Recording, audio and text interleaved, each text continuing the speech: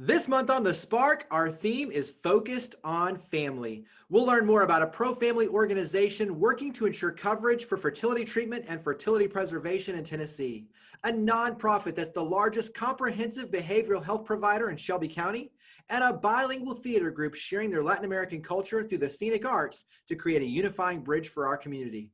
We'll also share a special moment from our Spark Awards 2019. Lipscomb and Pitts Insurance is honored to serve the Memphis community for over 60 years. We've always focused on supporting our community and believe in promoting the positives, encouraging engagement, and leading by example. Lipscomb and Pitts Insurance is proud to be a presenting sponsor of The Spark.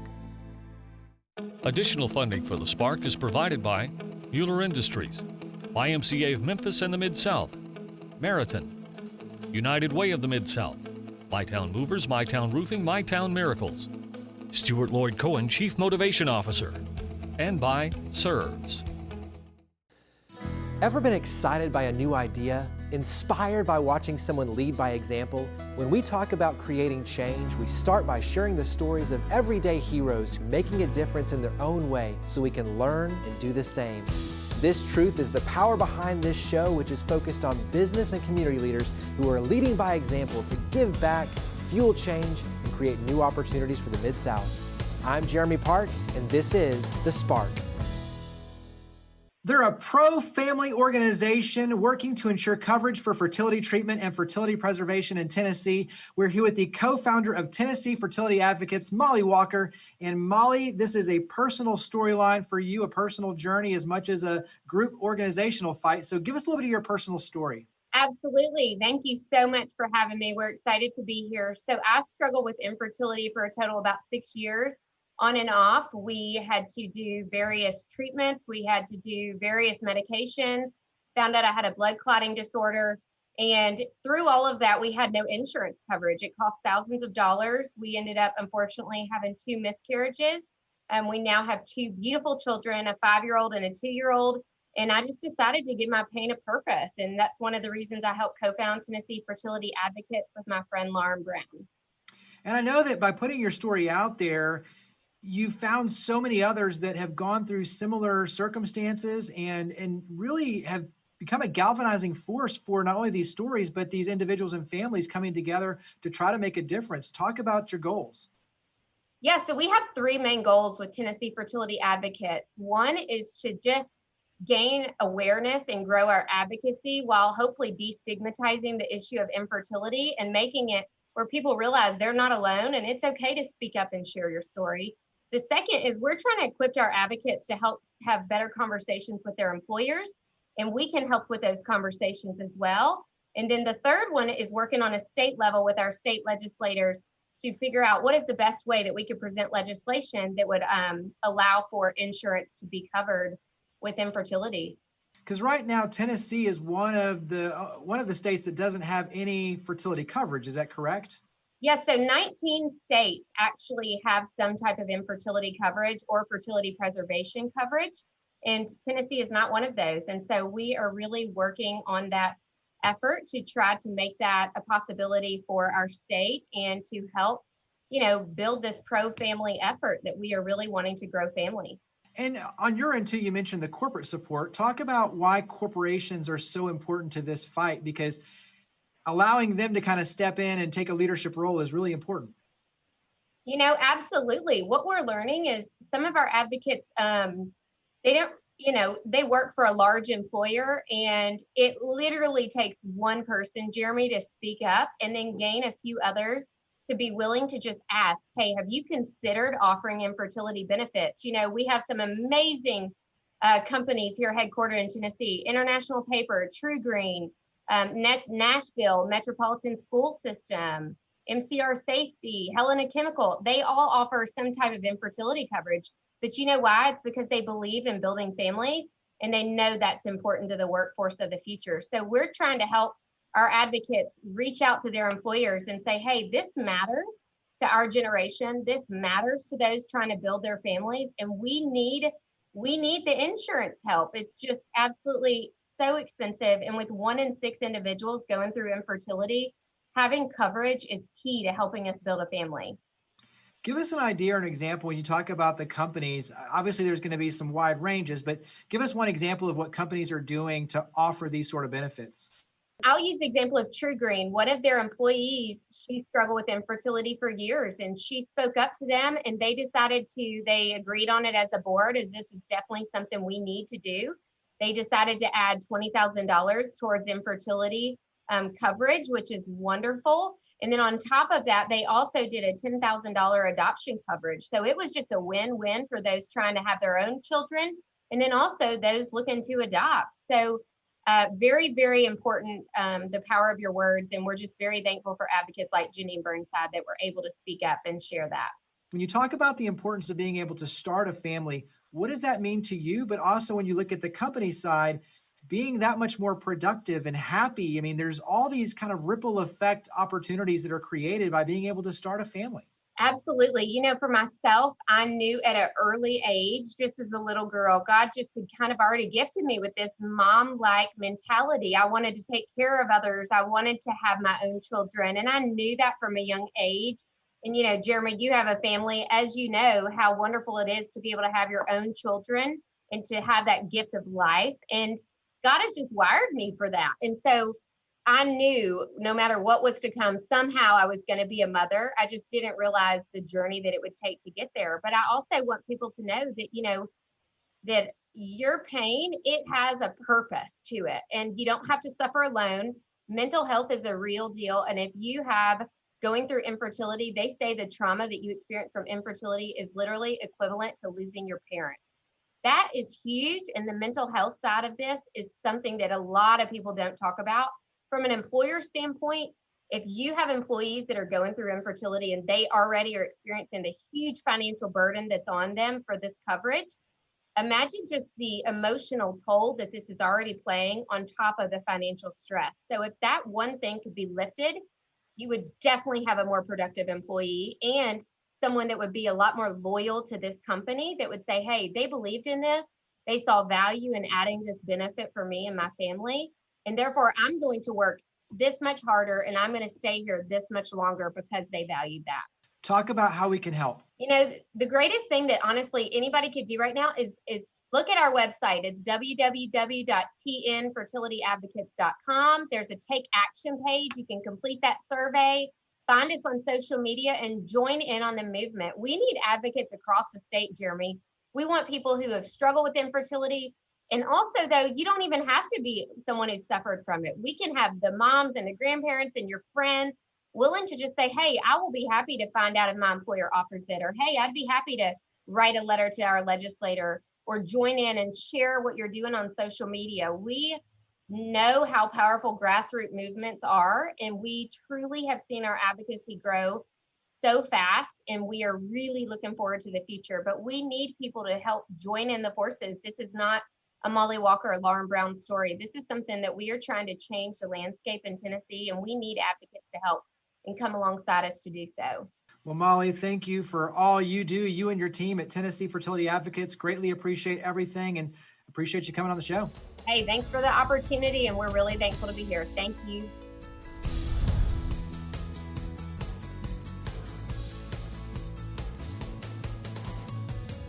They're a nonprofit that's the largest comprehensive behavioral health provider in Shelby County. We're here with the CEO of Alliance Healthcare Services, Lori Powell. And Lori, let's start with a little bit of a history lesson for Alliance Healthcare Services.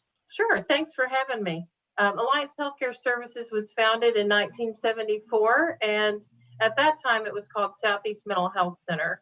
And we merged with Fraser Mental Health in 2013 and became Alliance, and doubled the size of our agency. Talk about the scope and the variety of services, because you do a lot, and so much of it is helping people who are going through a dark time, helping them find the light. So give us a little bit of an overview of the programs. Sure, thanks. Especially during the period of COVID-19, mental health and substance abuse services are needed more than ever. And we have the full range of services: alcohol and drug addiction services, detox, crisis stabilization unit, mobile crisis, pre-arrest diversion, outpatient services for kids and families, and also any kind of outpatient services for behavioral health that you can think of, evidence-based programs, the First Episode Psychosis program, and many other grant programs. I know that you work with so many great partners. Talk about partnerships overall, and then we'll dive into one with the city of Memphis and also with Baptist too. Sure. We partner with all of the hospitals in town to do mobile crisis psychiatric assessment. Some of our psychiatrists and nurse practitioners work out of those hospital settings. We also partner with Christ Community and all of the other primary care partners, such as Regional One Primary Care. And it's important to wrap around that individual and family and work as a team. So collaboration is really key. Since I became CEO in 2018, I really want to focus on collaborating with the entire community to promote wellness in our community, which is our mission. One of those aspects is working with the city of Memphis. So go ahead and dive into your partnership and your work with the city of Memphis. Sure. We have partnerships with the city of Memphis and Shelby County government. And what that looks like is pre-arrest diversion. With Shelby County government, we do the police diversion. That might be social detox, and the police divert individuals to our crisis unit, 600 to 700 adults a month versus incarceration. And the city of Memphis, the CIT officers that many people are aware of, and the fire department, we all work together to divert from jails and also inpatient units, ER, to really save the community hundreds of thousands of dollars, really. When you look at your team, obviously you have to have a high level of sophistication and expert and credentials, if you will. So talk about your team and the structure and how you work with your team. Sure. We have a team of experts, including child psychiatrists, adult psychiatrists, nurse practitioners, master's level therapists, licensed therapists. We also have peer support specialists that have a history of a mental health or a substance abuse addiction that have been down that path, and they work with the individuals as well. And so really the full range of specialists. And that's around 500 employees right now. I know that some exciting news is definitely coming to bear in terms of a new location. So talk about the new location and what that means. Right. We have the largest crisis system in the state, and we're out of space where we're located right now in the Memphis Mental Health Institute. So we had been looking for a new location and found one at 3206 Broad Avenue. There's Summer Avenue on one side and Broad on the other. And we're going to be able to expand our detox, expand our crisis services, and hopefully expand people that are diverted from jail even more than we have been, because people with mental illness really belong in treatment, not incarcerated. Just knowing that you're here as a resource is extremely important, but how can we help? How can the community help? Well, they can go to our website, and we have a donate now button, donate here button, and that would help us do our fundraising for our crisis unit. They can reach out to us. Our website is www.alliance-hs.org, and they can look and also volunteer in one of our programs too, just to get to know more about us. Obviously, we're still in the thick of the pandemic, and when you talk about the work you do, you see people in their dark times, but at the same time, you get to see how your team can make a difference and really get them on the right trajectory with their lives. So what would your words of encouragement be for us as a community in terms of the importance of mental health, but how we can rally together and be strong in this process and make it through? Well, reach out to your support system. That's key. And learn more about mental health and addiction issues. They're brain disorders, not problems that people have created for themselves. And there's certain organizations, including ours. We have lots of tips on our website, but you can also go to NAMI, the National Alliance for Mental Illness, and other agencies such as that, other nonprofits, to learn more about addiction. But especially during COVID-19, I think a lot of the mental health needs have come to light. More people are reaching out to get help. And so if there's one positive thing about this pandemic is mental health awareness and realizing that people need help. Well, Lori, thank you for all you and your team do. Greatly appreciate it. Thank you for coming on the show. Thanks so much for having me.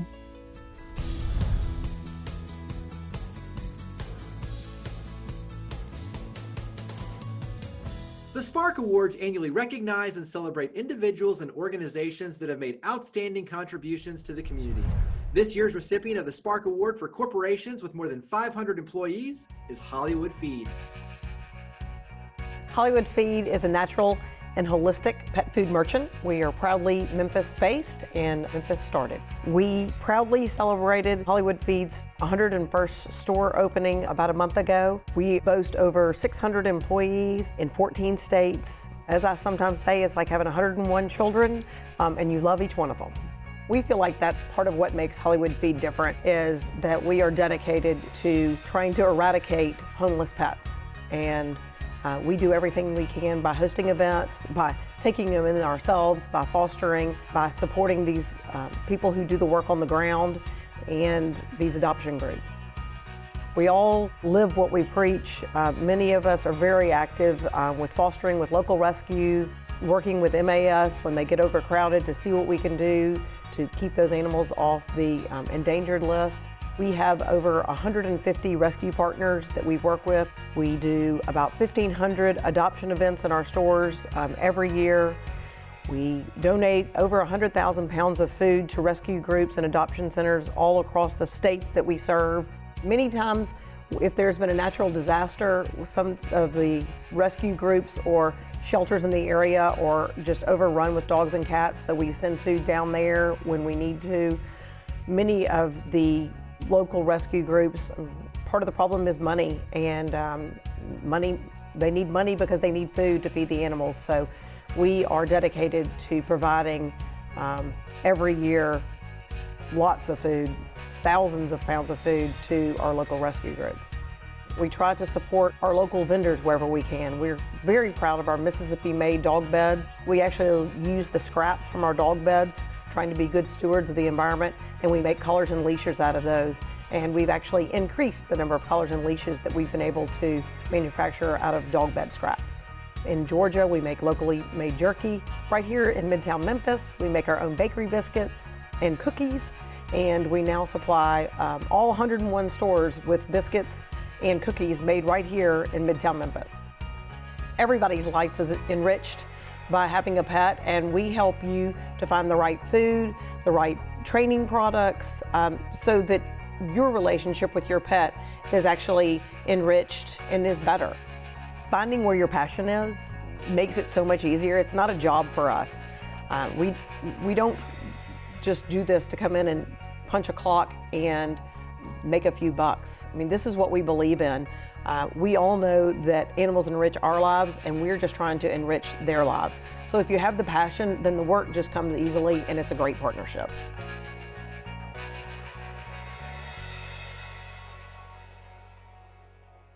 They're a bilingual theater group focused on bringing our community together. We're here with Monica Sanchez. She is the artistic director and co-founder of Casa Teatro Bilingual Theater Group. And Monica, let's start. Give us a little bit of the history for the organization. Okay, Casa Teatro Bilingual Theater Group has been working for 10 years.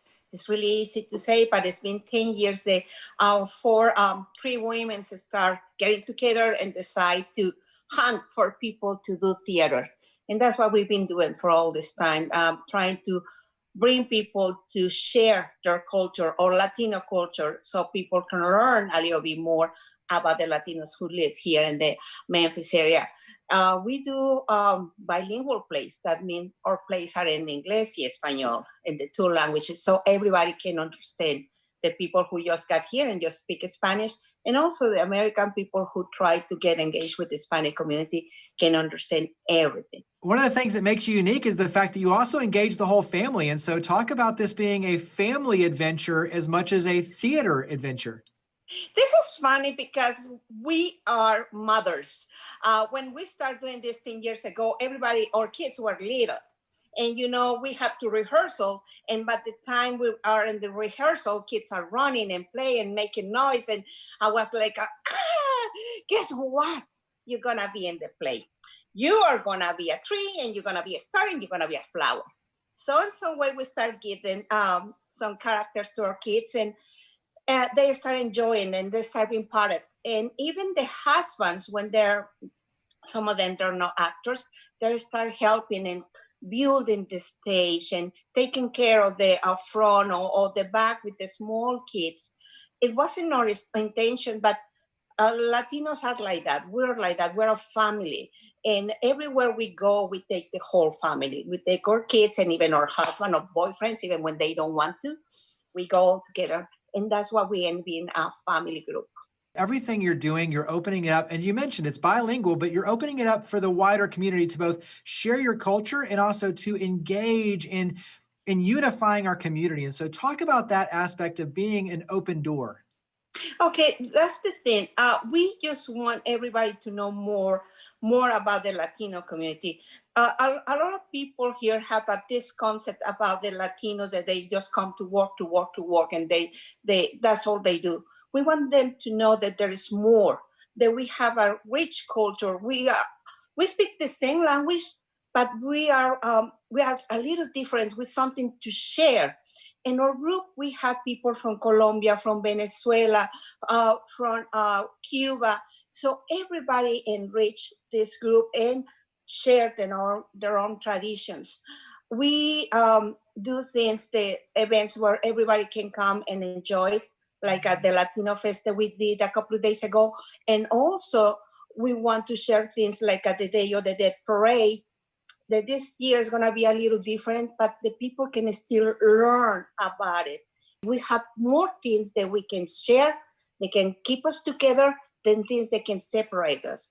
So that's what we want to do. Also, next year, we're going to have our Afro-Latino.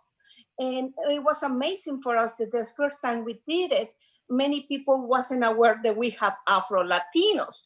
We shared that. We have that too. And many parts, even in Mexico, maybe you don't believe we have Afro-Mexicans. So you can see we have a lot of things in common. We have a lot of things that we can share and enjoy. You mentioned things are a little different right now with the events. And so talk about the virtual events and the fact that you're still producing good programs and still going strong. Yeah, when the quarantine started, we were worried like any other theater group, because the thing is that we do theater on the stage, and we have people there to enjoy the productions. So when the pandemic started and we started quarantine, Dorimar told me we have to reinvent ourselves. We have to do something a little different, and we start doing programs on Facebook. We have something called Abuela Tomasa Story Time, where we read a book every week. It can either be all in Spanish or bilingual. We have also another program with Abuela Tomasa that is called When I Grew Up. We have a program where we still sharing about the Latino community culture. It's called Latin Flavors of the Latinx Community. And we want also our Latino community, the people who follow us, to know more about the organizations. And we have a program called Casa Teatro en Amigos. And we do this virtual. But also we have the tradition of the Day of the Dead parade, that this year is going to be totally different. Instead of the parade going through the streets, the people is going to go through the parade. What it is, something like this, similar to the starting lines in Shelby Farms, where the people just drive by the Shelby Farms and they see the lights. Well, the people is going to drive through Overton Park, and they're going to be able to enjoy the stations and flows and people, and of course, or your Katrinas, they're going to be there.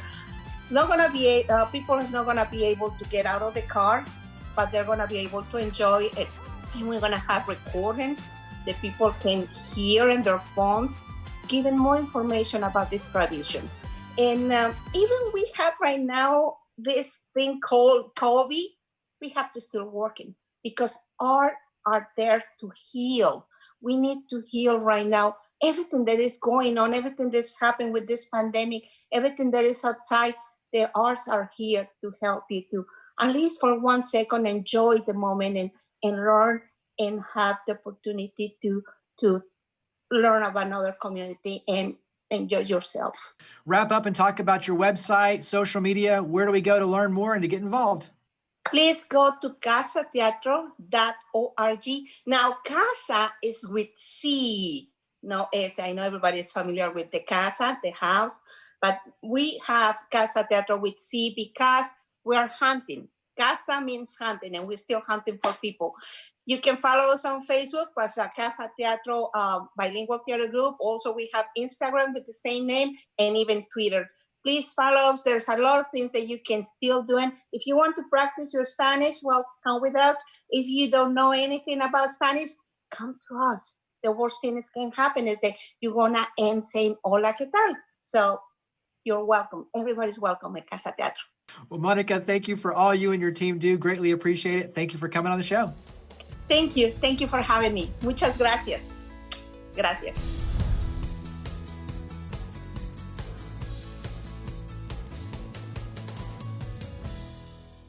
Family is the foundation for building and strengthening our community. It's the very core of who we are and how we learn, grow, and thrive. Family is both those who are related and those who relate to each other. For some, starting a family means fighting infertility. And that's why it's important that groups like Tennessee Fertility Advocates are advocating to optimize legislation to ensure men and women have the opportunity to access medical treatments they need. For others, family means being there for each other during the darkest times, when faced with a crisis or dealing with something like substance abuse. That's why family plays an important role in the work that Alliance Healthcare Services does in our city to help turn darkness into light for so many. Then family becomes the catalyst, working together to bring performances to life with Casa Teatro Bilingual Theater Group, and it also becomes the mission as they bring different cultures together to foster greater understanding, unity, and a sense of family. So thank you for being a part of our family with the Spark. To learn more about each of the guests, to watch past episodes, and to share your stories of others, leading by example, visit WKNO.org and click on the link for the Spark. We look forward to seeing you next month, and we hope that you'll continue joining with us to create a spark for the Mid-South. Stay safe. Lipscomb & Pitts Insurance is honored to serve the Memphis community for over 60 years. We've always focused on supporting our community and believe in promoting the positives, encouraging engagement, and leading by example. Lipscomb & Pitts Insurance is proud to be a presenting sponsor of The Spark.